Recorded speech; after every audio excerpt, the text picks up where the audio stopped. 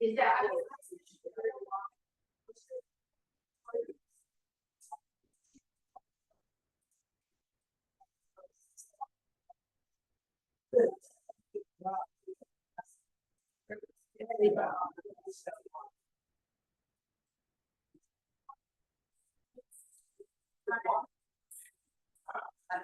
okay.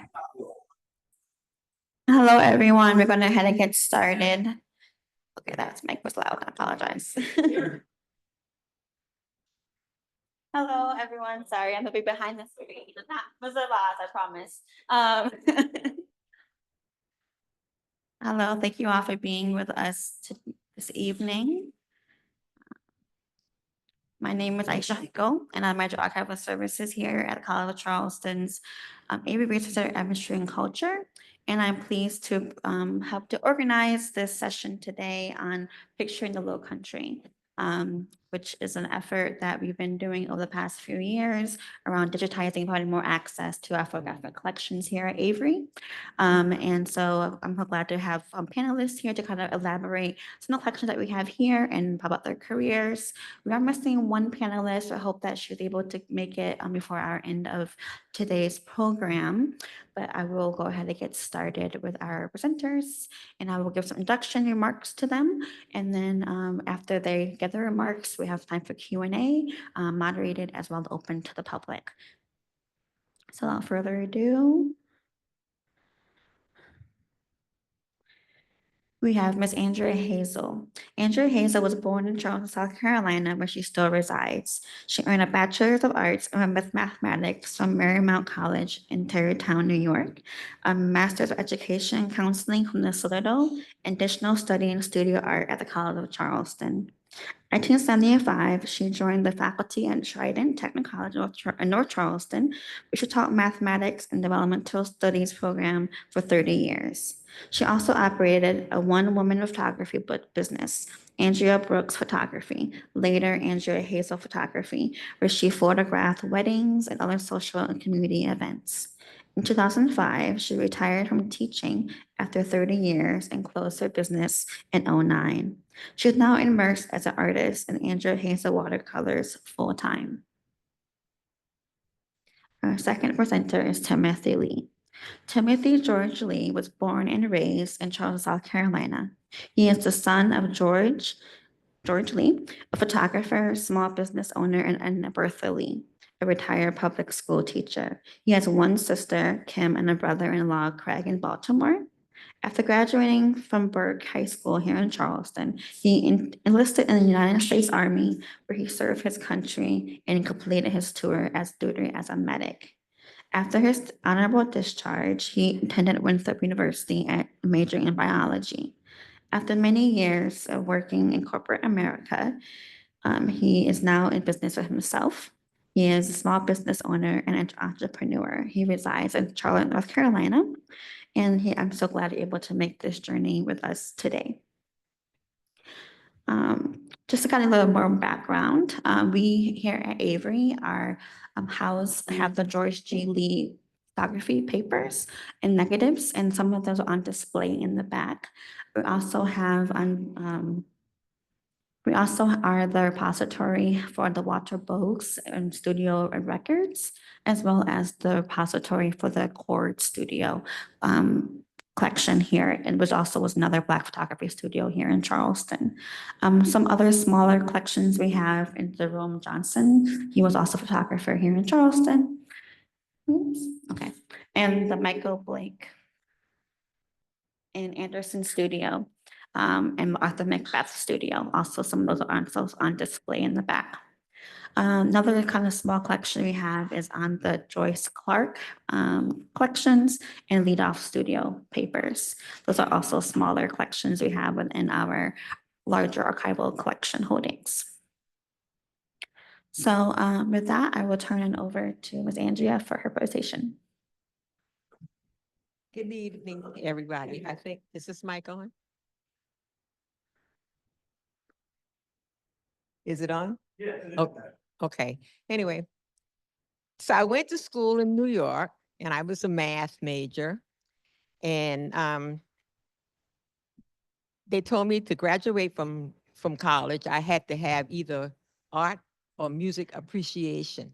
And I didn't know anything about either one. I'm from Charleston. We had the Gibbs, but I couldn't go in the Gibbs back in the day. It just wasn't allowed. So I just didn't know anything about it.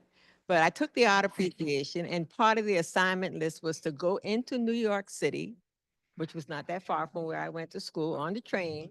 And they gave me a list of places to go to. So the very first art museum I ever went into was the Metropolitan Museum in New York. And I just was changed when I walked out of the door. It just, but I was terrified to try and do anything like that. So I went on, finished my math degree, graduated, came home, got married, got a job. The only job I could find was teaching math. Wasn't certified to teach math, but I knew math, and they needed a teacher. This was at Middleton High School, which no longer exists. In West Ashley.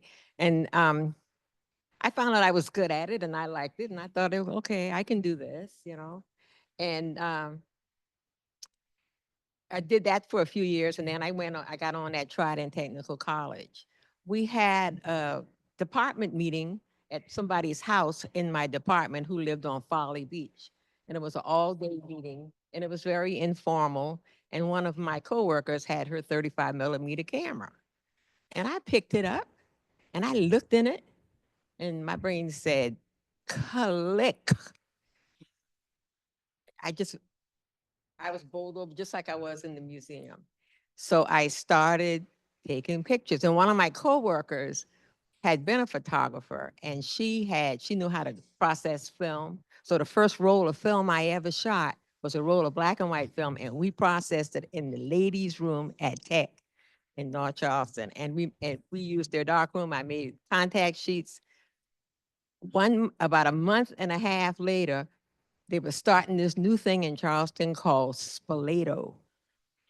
And that same friend who helped me get started, her husband was involved with the College of Charleston in the music department, and they were trying to find photographers because they needed to cover these events because they needed money. and they needed to, they wanted to apply to foundations like the National Endowment for the Arts and private foundations. They wanted to apply to these places so they could get funding. So they needed pictures. So about 6 of us. Now I'm just starting with this photography thing, but I do have the camera.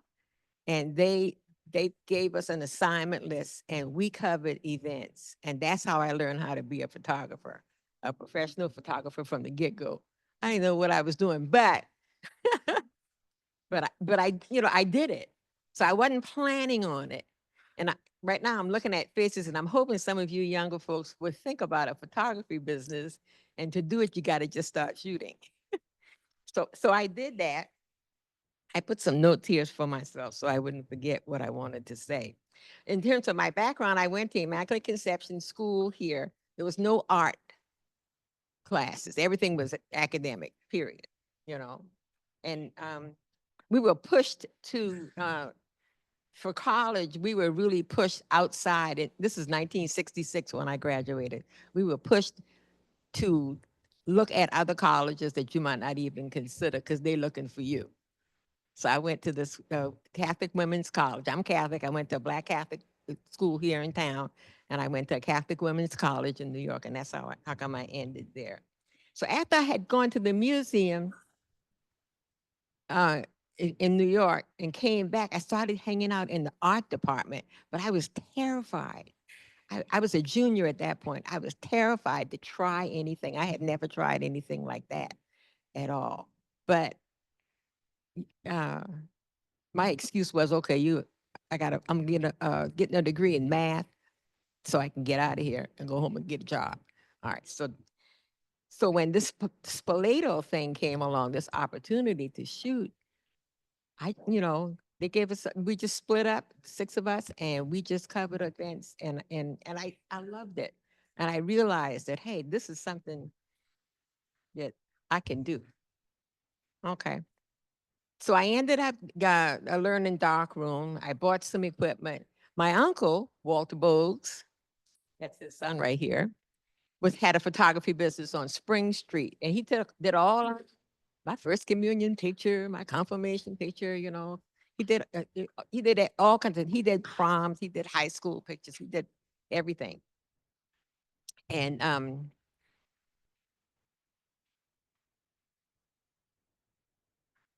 anyway, he was a big influence. Oh, and he was delighted when I told him that I wanted to learn how to do darkroom. So he didn't show me how to do it, but he gave me some equipment that I would use, and I ended up setting up a little darkroom in my house. And so I would just shoot. I only would work for Spoleto. I had a child, but by that time I was divorced, and I had a little girl, and I needed to be mommy, you know. But I would be off for 2 weeks right around the time of Spoleto. That was when my time off from working at Tech. And my mom would keep my daughter so that I could shoot Spoleto. And I did. And then one day, one of my friends said, my sister is getting married. Can you shoot the wedding? And I'm like, I can't shoot no wedding. Are you kidding? So he said, well, it's just gonna be family. Just come. So I get to the church and the church is packed and they got the aisle runner and they got the flower girl and the ring boy. And I started doing it, and particularly afterwards. And then I realized, hey, this is very much like teaching math class. Smile a lot and you tell them what to do. And so I just did it. And I'm like, okay, I think I can do this. And long story short, that photo business got me to put my child through college without having to borrow money because I worked hard on it, but it was quite a job, but I really enjoyed it. You know. I also worked for a while for Representative James Clyburn he and his daughter Mignon Clyburn had a small local newspaper, the Coastal Times. I think they had that paper for 14 or 15 years in this area. And I didn't shoot for them, but I did all their processing. So the reporter would come by my house, bring me the film. I would process the film and, and then 1 o'clock in the morning, I'm in my car driving downtown to slip the contact sheet under the door down at the cigar factory building. And then they would call me back and tell me what they needed and I would process. So the photo business was very good to me, like I said. And I kept on doing it. I was a film photographer. I never heard of digital. I didn't, digital didn't exist. But in 2008, I had started seeing little people with a digital camera, and somebody up on my job at Tech, she was the photographer. She was the official photographer, and she showed up with this little small little digital camera. And I'm like, what is that? I was, you know, that doesn't look very professional, I'm saying to myself. But that was the way to go. So in 2008, I'm doing for my family, the Noisette family, some of my cousins, they had a family reunion. And I'm standing on a chair to do a group picture. And I'm getting ready to turn 60 years old. And something came to me and say, you don't have to do this your whole life, And that's when I decided, I think I will back out of that. So I started directing one of my cousins who had a digital camera and who was interested. And so, and I started sending my business to him. But the photography business was a lot of fun. It got me in a lot of places. To take my camera would be like taking a date. And, just put it over your shoulder and just go. I haul this bag, and this bag has in it because I had to be ready. If you're shooting the wedding, you cannot go home and get you out the camera. So you have to have everything. So I had two of these, two flashes. My film camera was back in years, and I carried another camera back just in case something happened with this. All kinds of batteries, all kinds of rolls of film. This thing was packed. And as a woman photographer, I was at a wedding. You have to dress up at a wedding.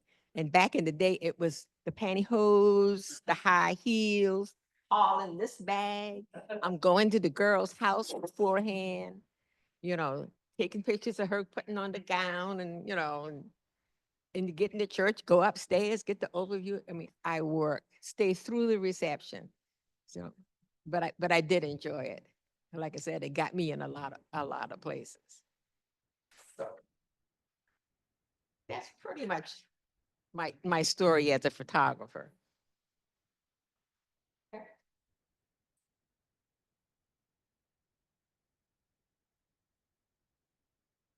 Good afternoon. So when I was tasked with participating in this panel discussion to introduce to some and reflect upon to others my father, George Lee, I was humbled and honored at the same time. Immediately, I started to reflect and search my memories to focus on that one part of Dad's life, the photographer. From childhood, I cannot think of many events, including family reunions, backyard cookouts, holiday celebrations, funerals, notable events, including graduations, ballet performances, Little League baseball games. I could go on and on where Dad's camera was not present. Much of that perspective is from the eyes of a child, becoming a teenager and growing up as the son of a photographer. What do I need to say to showcase the professional side of Gigi Lee? Fortunately, there is quite a bit of this aspect of his life that is memorialized. And the great thing about photography, there's a historical timeline captured in pictures to peruse. In addition, his wife, my mother, Alberta, was present through all of those notable events. A retired school teacher, Mom is still very organized, and she kept her own souvenirs and mementos through the years. And she also has the libraries of pictures, and she filled in many of the blanks for me to prepare for today. George Lee was a native of Charleston, South Carolina. He grew up working in his parents' Chinese laundromat at 148 King Street, here in downtown Charleston. He's a graduate of Avery Institute, class of 1950. After graduation, he attended South Carolina State College, now South Carolina State University. He was drafted in the Army, serving his country in Korea, And after being honorably discharged, he returned home to assist his mother with running the family business before following in the footsteps of many of his brothers and opening his own grocery store and later a laundromat that he successfully operated for decades. It was during his tour in Korea that Dad received his first camera in 1956, a birthday gift from his wife. He had always been interested in photography, but with this gift, his passion intensified. He did what others only dream of doing by turning his hobby into a vocation. Now, I need to pause here and repeat this. Dad got a camera from Mom in 1956 as a birthday gift. So for those of you not paying attention, I need to remind you that behind every great man is a great woman. Thanks, Mom. So Dad spent many years mastering his technique. He took photography courses at the College of Charleston and Trident Tech. He attended seminars and workshops offered through the years, focused not only on photography, but the art of taking pictures. He invested in equipment and books and gadgets throughout his lifetime. And he was also like a sponge, taking notes from anyone affiliated with all aspects of photography. He would spend what seemed like hours asking questions in the local photography businesses that developed many of his early photos. He didn't just buy the latest camera, he learned how to use them. He learned about lighting and technique from anyone who was willing to share. Please keep in mind that during these years, there were not many notable photographers of color, especially Black photographers in the South, specifically here in Charleston, South Carolina. But Dad had an amazing way of asking questions and gently demanding answers from folks that would not have normally spoken with him, especially in details about their craft. He was exceptionally skilled in speaking to and with people that were in those days were not considered to be his equal or his peers, yet there he was. I mentioned earlier about Dad's beginnings working in his family laundry and then his own businesses. While that may not seem relevant to photography, let me tie it together. As a businessman in an industry that back then, in the midst of segregation, demanded customer service and interaction with people, he was possibly unknowingly preparing himself and exposing himself to literally thousands of people who would later become his peers, his clients, and the subject of many of his pictures. I do remember, mostly as a child, watching him hold a Pentaflex, looking down into a camera lens and taking pictures. And most of us have never even seen that camera, but those of us who had only saw that camera in a photo or ads. Yet he had one of those and knew how to use it. Always looking for that perfect picture and that perfect pose. I can't tell you how many times I thought to myself, OMG, hurry up and take this picture already. His family, his extended family always teased, George, hurry up. Come on, George, that's enough. But he was not fazed. Sometimes we would think he was done, and then he would go grab another camera to do the same thing again in black and white. The result of that are hundreds of perfectly preserved memories of every occasion in my life and in the lives of thousands. Gigi, as he was affectionately known, served as a photographer for the Charleston Trident Black Pages, the Charleston and North Charleston chapters of the NAACP, assistant photographer for Prince Hall Grand Lodge of South Carolina. He was independently contracted by the Charleston Chronicle to photograph notable events and speakers. And with that press pass, he went everywhere.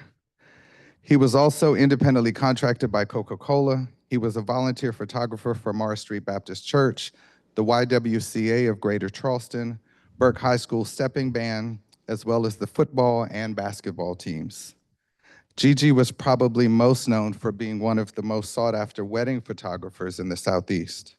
By the end of his career, he was booked at least 30 weekends out of the year to photograph weddings throughout South Carolina, North Carolina, Georgia, and Virginia. In addition to weddings, he photographed schools, churches, fraternities, sororities, proms, business openings, anniversaries, and family reunions.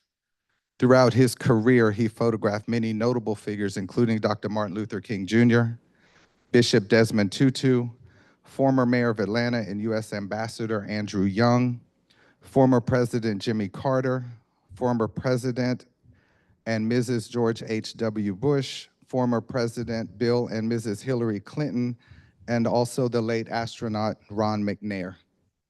In addition, a list of celebrities including Nancy Wilson, Tavis Smiley, Tom Joyner, Duke Ellington, Count Basie, Cicely Tyson, Ruby Dee, Dick Gregory, Danny Glover, Jackie Robinson, Larry Dolby, Alex English, former presidential candidate Jesse Jackson Sr., as well as his son Jesse Jackson Jr., Dorothy Height, former president of the National Council of Negro Women, Septima Clark, Ralph Abernathy, Esau Jenkins, and many more.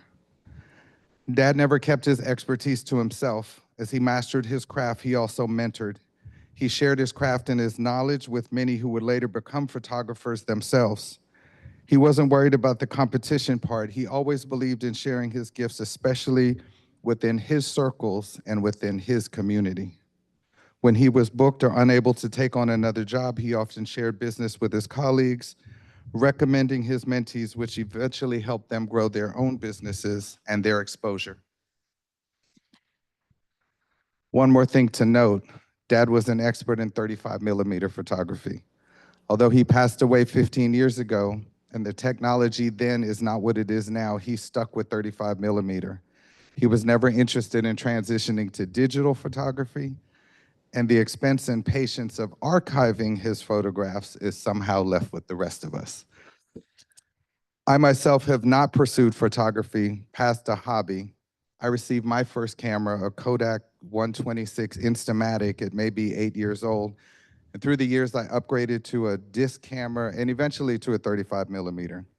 I don't have the passion that he did, but I'm told I take really good pictures. I learned a lot from him, and many of those things I took for granted. I'm thankful to Avery for having been given this opportunity to share with you some of what he shared with me and what he shared with so many. Thank you.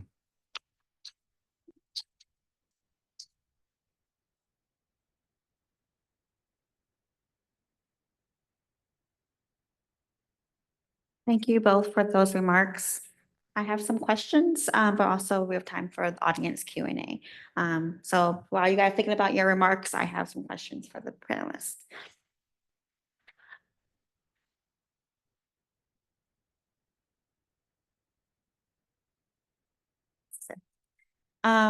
So let's see, why is that like that? Okay, anyways.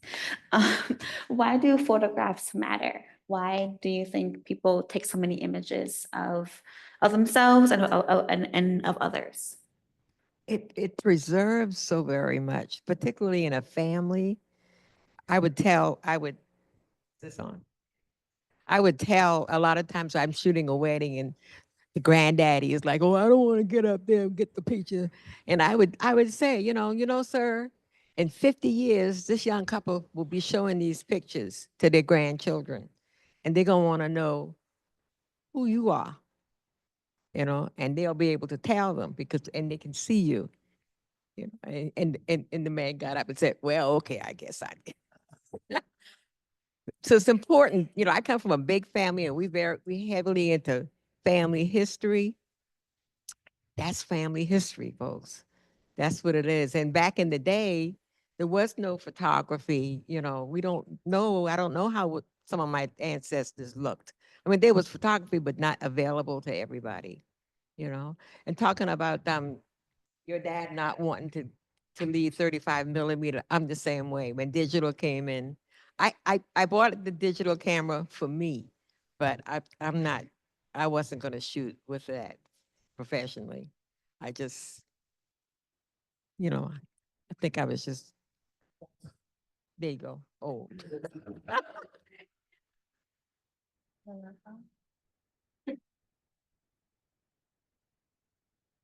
So to answer or to follow up on that question, they say a picture is worth 1,000 words. And we've heard that, but with pictures, those are the memories that we sometimes will forget. We'll forget who was there, we'll forget who was in the room, but the pictures will remind you. Mom's Church is celebrating 160 years of anniversary this year. while he wasn't there for the majority of the 160 years, every year, every committee that does something asks mom for pictures or for slides. Um, family, weddings, funerals, the whole 9 yards. My grandmother, his mom died in, I think, 73. And there are still cousins, second cousins, third cousins that see those pictures of who were my father's siblings, and they're amazed by the history and what they see in those pictures. So it's a way of remembering.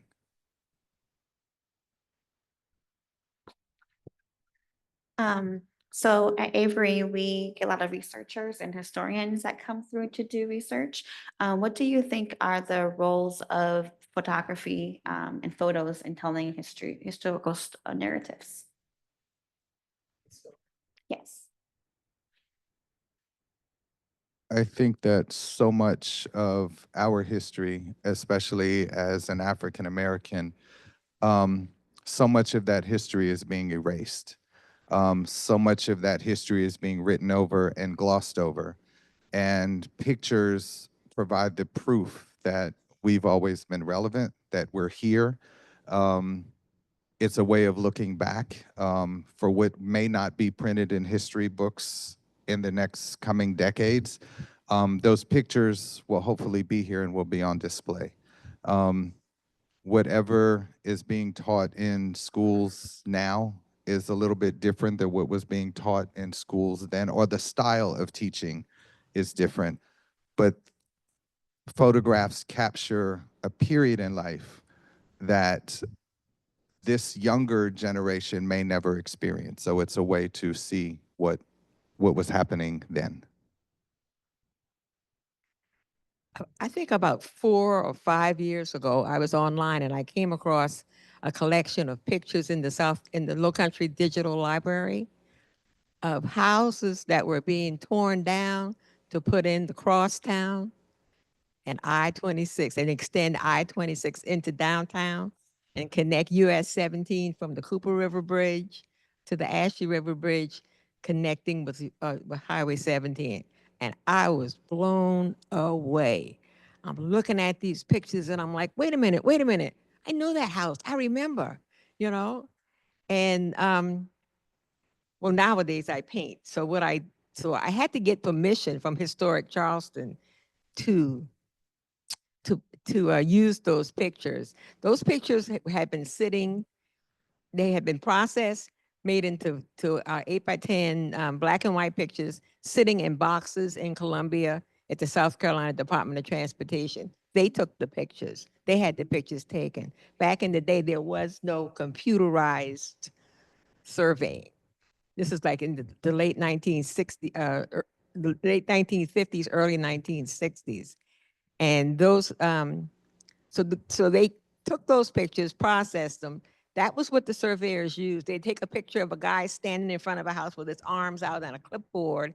And in the photo, under his feet, somebody drew on the photo RW and drew a line. In other words, this is the right of way through this line. Those pictures, I went nuts when I saw the pictures. So I got permission from the Historic Charleston Foundation, who had the rights to the pictures. And they said I could paint from them. And it just took me back.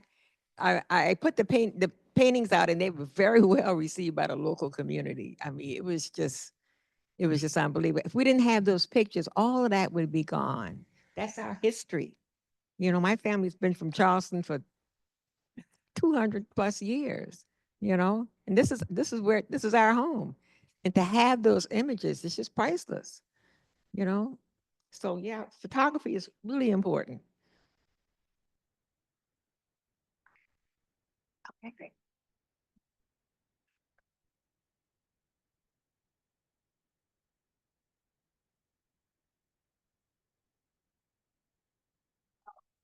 So you were mentioning, I guess my question would be, how is that process and like trying to archive that work, or how you started that process? Well, my uncle's work, my uncle Walter Boags, his work is here at Avery.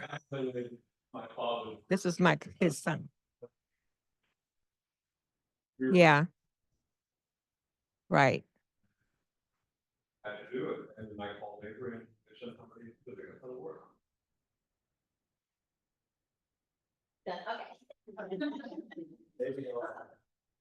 And I hope to do the same thing with my negatives if they will have.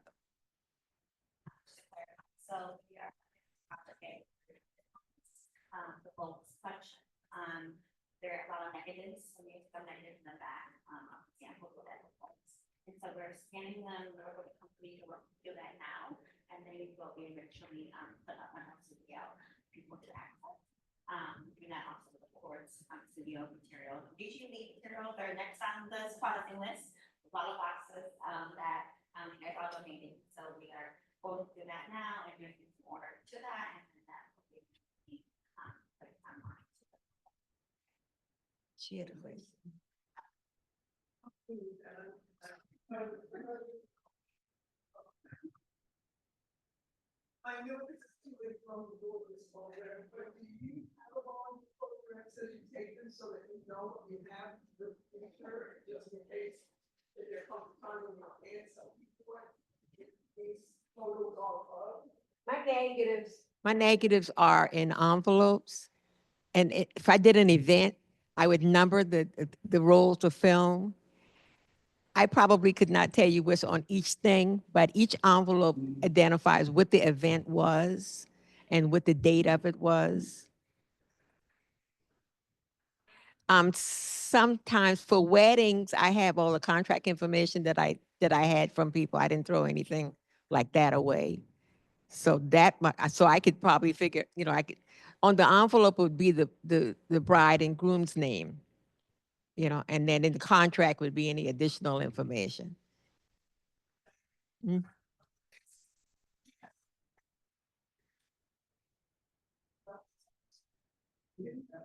Now for our family pictures, we had the same problem in my family. Yeah, because people, so write, if that's your cousin, write their name on the back, okay? So people later down the line will know. I think similarly, my father had a filing system that was numbers on envelopes and pictures, and a lot of that unfortunately only made sense to him.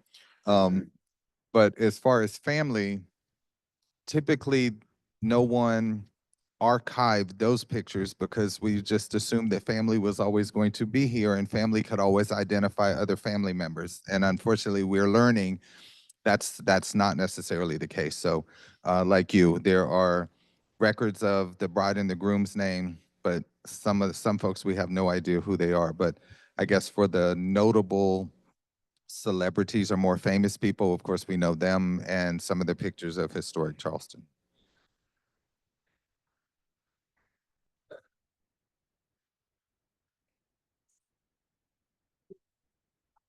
There, you may have said, where is your father's collection? Where did they go? Here at Avery, we donated a good portion of not the entire, not the family part of it, Right. but there's a significant number of his pictures that have been donated here to Avery. Including those that you mentioned, all the celebrities. Many of them, many of them.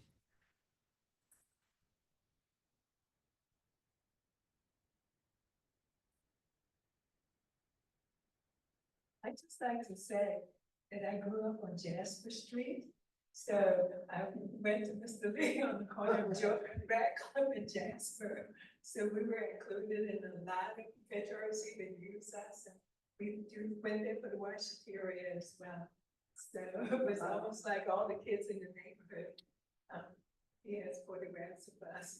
And actually during those times, I know my family line. They weren't into taking photographs. A lot of the people in my family line were not into taking photographs. So we children, a lot of times, the photographs Mr. Lee took of us were maybe the first ones, in modern times. Thank you for sharing that. I do remember that well, he took pictures of everyone and everything. Anybody who would pose, he would take a picture. But I remember your face, so thank you for that.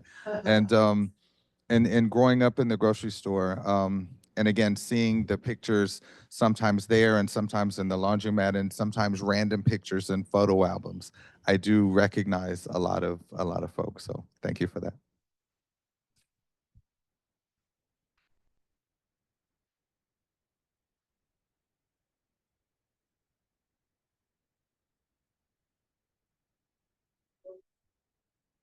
But I'm curious, throughout the years, what was your clientele look like, and how would you, secure the attention? Like, what were your marketing methods? Like, word of mouth, or how that work? Because the way you feel about digital is how I feel about social media right now. I've been rebelling so hard against social media. I feel like there's so much pressure and expectation that comes with, marketing on there. And sometimes I feel like you're trying to the void. So when I think about it, like there's generations of people that came before me that were successful in this field before social media was a thing. So I'm curious how you navigate it, or if you know how your father navigated it.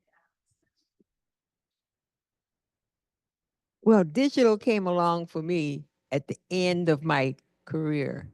So it really wasn't a problem. I had decided I am not gonna try and learn a whole new thing.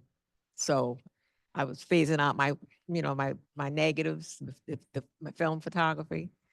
So I said, okay, that kind of closes that door right there. So my philosophy was that I wanted young couples to have nice wedding pictures and to be somewhat affordable. I wasn't really expensive because first of all, I was just starting out, so I didn't feel like I had the right to charge so much. But I did okay with it. Gradually over the years, I increased somewhat, but I couldn't give you a dollar figure because it wouldn't make sense now. This 20 years later, but I photographed all kinds of people. you know, um, I photographed once I had a wedding and everybody was deaf. So the wedding is over and everybody is the whole wedding party. They met at the school for the deaf, the bride and groom, and all their friends were deaf, except for one kid. And they're coming out, and I'm trying to direct them away from the door so I could get them back around to the other side of the church so I can start doing the pictures really quickly. And I'm like, can anybody hear me? And one little guy said, yes, ma'am, I can. So I said, tell them to come on around. So he did, and he used sign language, but I did all kinds of people. I had a wedding once in the synagogue, and the bride was from Turkey, and her mama and her two brothers did not speak English, but they could speak a little Hebrew and they could speak Spanish. The rabbi could speak, he did Hebrew and he could speak a little Spanish, but no Turkish. I did just English. I mean, but we managed just between all of that. It was very interesting, So I did all kinds of people. I mean, and some were like big pompous church weddings and some were on the beach, you know. But I have to say I loved it and I loved interacting with families. I really did. I thought that was a good time to pull families together. I mean, because my family was that way. My family, I made them if Christmas time, well, actually in October, we celebrated my Uncle John's birthday. And everybody came to our house, to our family home where my mama was born on Sullivan's Island. And we might have 30 people there for dinner. And we go outside on the porch, sit on the steps, and we do the group picture every year. And then I make a Christmas card and send it out. And I did that for many years, but I felt like that was important to the life of our family. So. To speak on the marketing piece, and I can't tell you why he resisted digital other than he knew 35 millimeter and it was tradition. But from the marketing perspective, I don't remember him advertising a lot. There's an old saying, people buy from people they know. And he was a businessman.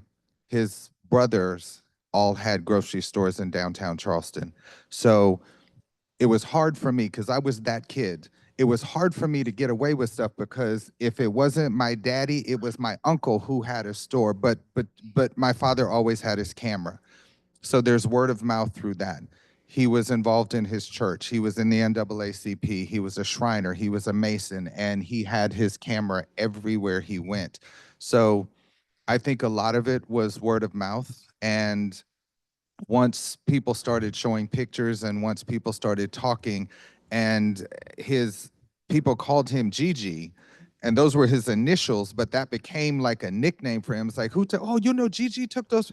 And I think more people knew about him just by word of mouth and who he was in the community that he was involved in. Yeah, I didn't, oh, I'm sorry. In terms of marketing, clientele, my father had a studio on Spring Street. And we're talking about basically a period between like, say about 1950 to 1985. He was a graduate of Avery, in 1936. He graduated Fisk University in 1940. This World War II, but he didn't really get involved in Catholic and all that. But anyway, he was in New York because a lot of the usual migration of people from the South up, he had brothers and sisters there in New York. And there is where he actually learned photography in Harlem. And his mentor was, I don't know the man's first name, he was the only person, but I thought Mills. And right across from, famous nightclub, Small Paradise in Harlem. But anyway, my father gets back to Charleston in 1950, marries my mother in 1950, I'm along in 1952. But his business as a studio was there on Spring Street. At least 3 locations I can remember, there may be 4 locations, right there on one side of the street, the even number side of the street, between King Street and St. Philip, like 32 and 42, maybe some other number I can't remember. But segregation, right? Clientele is black. He did have like a civil cadet come to make photographs. That was kind of remarkable, you know, because this would have been no later than like 1960s. So anyway, answer your question. Well, and I never advertised. I don't know how people. I know, you don't know that. But The phone book, you know, But people, I don't know how people heard about me. I think it's just word of mouth, but people would call me. And one year I had a wedding every Saturday from May to September. That was a rough year, but I did good. Classic example, Walter Boags photographed my wedding in 1969. You photographed my daughter's wedding in 1989. George did photograph our sorority. Mrs. Lee, of course, is my sorrow, I don't sing there. And he did that. And I mean, it's just like we always knew you were there. We didn't have to be introduced to you. You were there. You were part of the community. All 3 people that I mentioned just now. Yeah, and I didn't feel a lot. I didn't feel a sense of competitiveness with the other photographers in town. We kind of helped out each other. George Lee has called me plenty times if he couldn't cover something, or once in a while he might need some black and white work, and I could do that in my house. And you know, we just kind of helped each other out. You know, my dear childhood friend Wendell Johnson was also is into photography. He had a studio on Rutledge Avenue, and he gave me a key. He said, "Here, we got a dark room back there, but it's all junky." I'm like, "I'll take care of it." And so, you know, and so I cleaned it up and started working it. He had some young people from Burke High School who were interested, and I taught them how to do dark room and how to make pictures. And you know, so it kind of we all kind of helped each other with that. And like I said, word of mouth was it. I think I'm curious to know, like, what was the black Like, was there a lot of black women photographers in this area? No, I was the only one I knew of. Yeah. But see, it's a new day now. Super different to this now. I mean, the money you can make now, you know, what photographer compared to back then. But I would suggest just shoot some, go to some events and shoot pictures. Like go to some of the outdoor spaleo things and, you know, performances and, you know, see what you can come up with.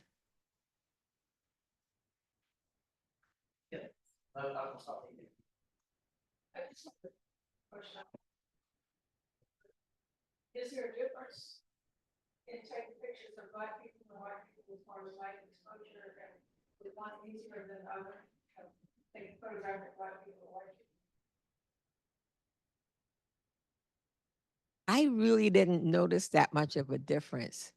I mean, I was a film photographer with a huge flash, you know, and so I kind of, I knew my equipment and I knew how to do my settings, and it was pretty much like gut feeling of how I know how to set it. Because I didn't put my camera on automatic. I did all my own settings, but it was just how I felt that you know, I guess I just knew my equipment, you know. There is a difference.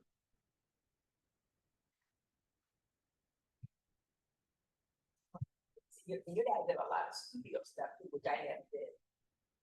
You know. Again, kind of the clientele question. Yeah. Yearbook photography. High school pictures, you know, when you had to do all that. And before there was yearbook photography called composites. So like 1959, this is our other cousin right here, Catherine Hazel.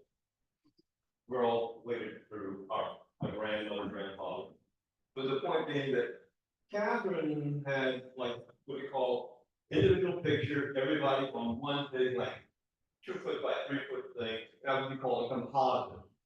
Then later on, they began in the yearbook, joss-sticks with the flat ring and all that comes a package. So again, in terms of a business of photography, that was very became an important part of my father's clientele. So traveling the state, working in high schools, taking pictures, there, you know, for a class day, everybody lining up and all something like that. So, but in terms of, you know, if you're a black photographer, you've got skin tones to deal with from the darkest to the lightest. If I can do a picture of my mother, you know, you think she's white, to be honest. And so, you know, that's just part of a black photographer's skill set that he's focusing on the black community. Just, you learn to deal with it in terms of lighting and adjustments. I carried a lot of Kleenex though. I mean, all kinds of people would be sweating those guys and they got on this jacket and this, and they in church and it's hot.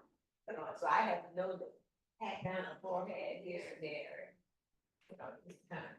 And you know, for the few times that I remember helping Dad, she fit everything in that one bag. What I remember is my father's cameras looked like transformers. By the time he put all the attachments and the umbrella little things over the lights and everything. But again, I think it's something that you learn. I would say most of his clientele was African American or Black. But I say a lot of it was lighting. I can't speak to all of it, but I do remember him taking classes, and I do remember him spending time on the lighting piece and being able to adjust it for a different complexion, and especially with the flash to have it maybe a matte finish or so that it wasn't so stark and so shiny and you didn't see reflections and things like that. But I think it was a skill that they probably all learned, and you know, and ended up mastering. And you know, it didn't always cross over into the other side because it wasn't always necessary. So. Is it on? Okay. I remember, and Andrea and I are the same age and graduated from high school together. And I remember the oddity of, you becoming this professional photographer, the first one that I certainly knew in Charleston. But I think it's important to remember to make an announcement that available now is this marvelous documentary about Edwin Harleston, the Charleston artist that so many people know about. But the beauty of it's called Tenacity, yeah. It's a documentary about not only Edwin Harleston, but his wife, Elise Harleston, who was a photographer.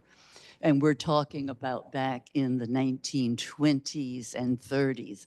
And this is a documentary now available. I think you can access it through Vimeo on demand. And so some of us got a chance to see it only last weekend. And we, even especially those of us from Charleston, were just amazed because we knew about Teddy Harleston and his reputation as a portrait artist, but did not know until very recently about the work that Elise had done. Yeah, so remember that name, yeah. I don't know of any Black women in between Elise and you, is what I'm saying. But you have a predecessor. Black women, Bill, by the way, features among others, one of them neighbors, Georgette. Raise your hand, Georgette. So much. in terms of black women in photography, on the screen was a list of, talks they had, my father and your father and whatnot, but also was the coworkers. Right. Now, the covers were on Line Street, my father was on Springfield, basically. And sometimes people get mixed up from where one or the other was. But, as I remember from talking to my father, I'm not sure if I ever met the covers, but that it was started by the husband, but then he passed, she took it over, and my father's comment was that she was better than he was. Do you know? Rachel. Joseph and Rachel Forrest. There's some of their prints back here as well. I had a question about running a business and balancing your work and your life. As photographers, I'm sure you're often booked on the weekends and maybe even on important holidays. So what was that like balancing your business and then your home life? And I guess this could apply to both of you. If you remember your father being away during important times because he had a shoot to do, or, what was that like? What were your strategies?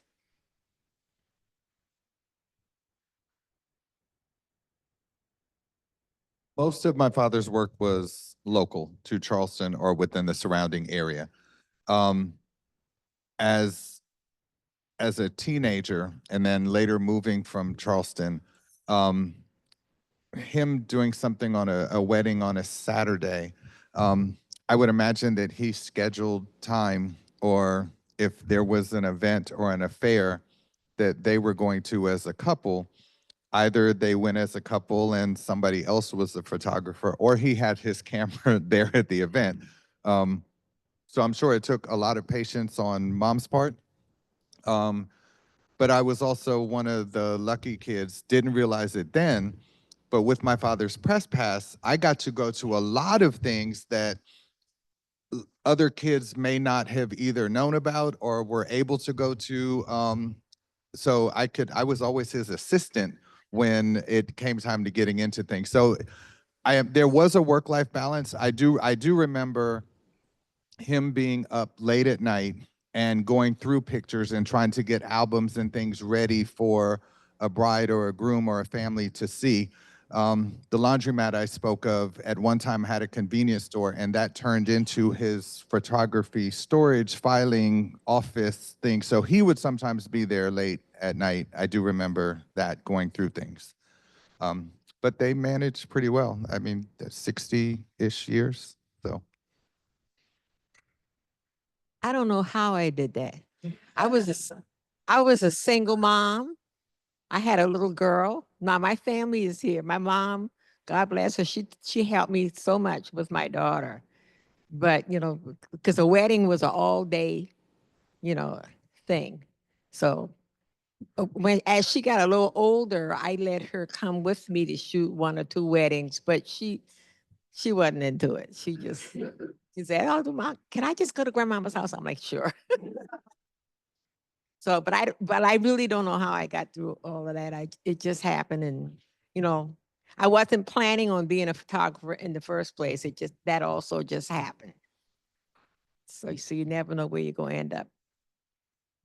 So my experience would be in the 1960s. And my father's work day was different from others, you know, other fathers. I mean, of course, like I had uncles that worked for the post office, and you know, but every family has their own way. But my father was like going into the studio at 11 and 11 in the morning and until 7. Maybe taking a break in the middle of the day. Sometimes I'm bringing them dinner from our house, and this is, and everybody's living on the peninsula, 50s and 60s, yeah. So like they're on Spring Street between King and St. Philip, and our house is a few blocks down the road on Ash Street, right off the street. And I would take dinner to him. And so it's a different lifestyle. I became into photography during the high school years, cinematic cameras and all that. Brownies were before that, but I was too young for Brownie cameras. But later on, with my own interest in photography, sometimes I would get like double booked, 2 or 3 weddings in a day, then when I was getting away. And I would end up getting one of them. And my photography is very critical. Very critical. Whether we cook or whether pictures or what have you. I knew I was pretty good, because even though after every thing that I did came back and he was like critique them, but he usually one cousin of mine goofed up, things came up not sharp, never used that cousin again. I got used more than once, so I knew I was pretty good. Ready for one last question before we end today's program? Okay.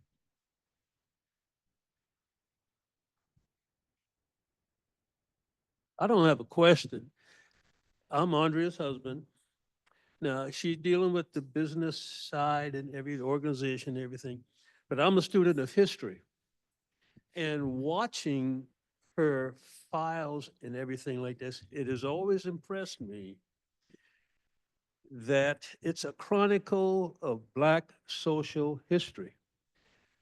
You're talking about she has these things from the Cotillion Club. Well, a lot of these young Black women right now are movers and shakers in the adult world. The other thing is about the unsung women that took the time to teach these young women things about social activity, to what they need, functioning in society. The other thing was that these were some of the club women, and other women were the ones that put on the plays, the little cultural things that we would have never had if we did not have them. On the other side of it, she had mentioned about the photos that she painted of the places taken out.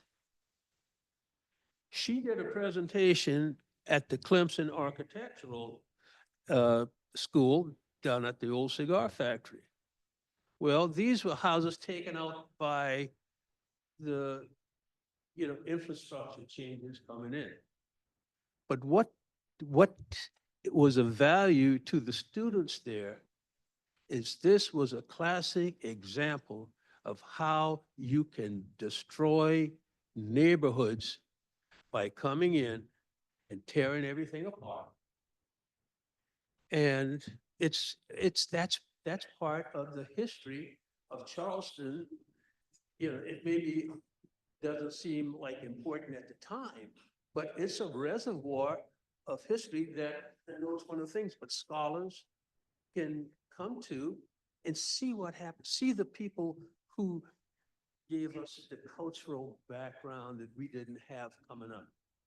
You know, hey, classical music, hey, Warner Brothers cartoons, all the soundtrack.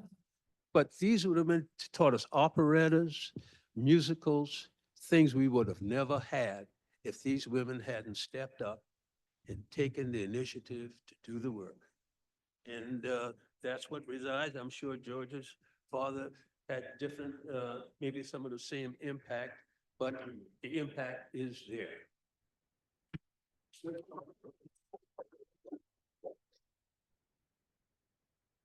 Thank you so much. Take a round of applause for our panelists.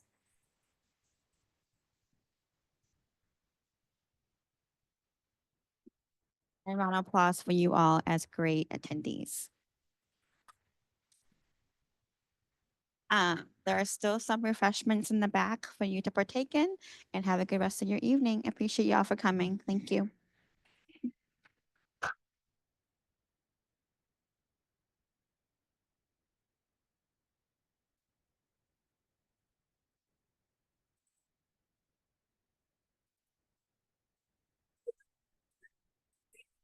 So we're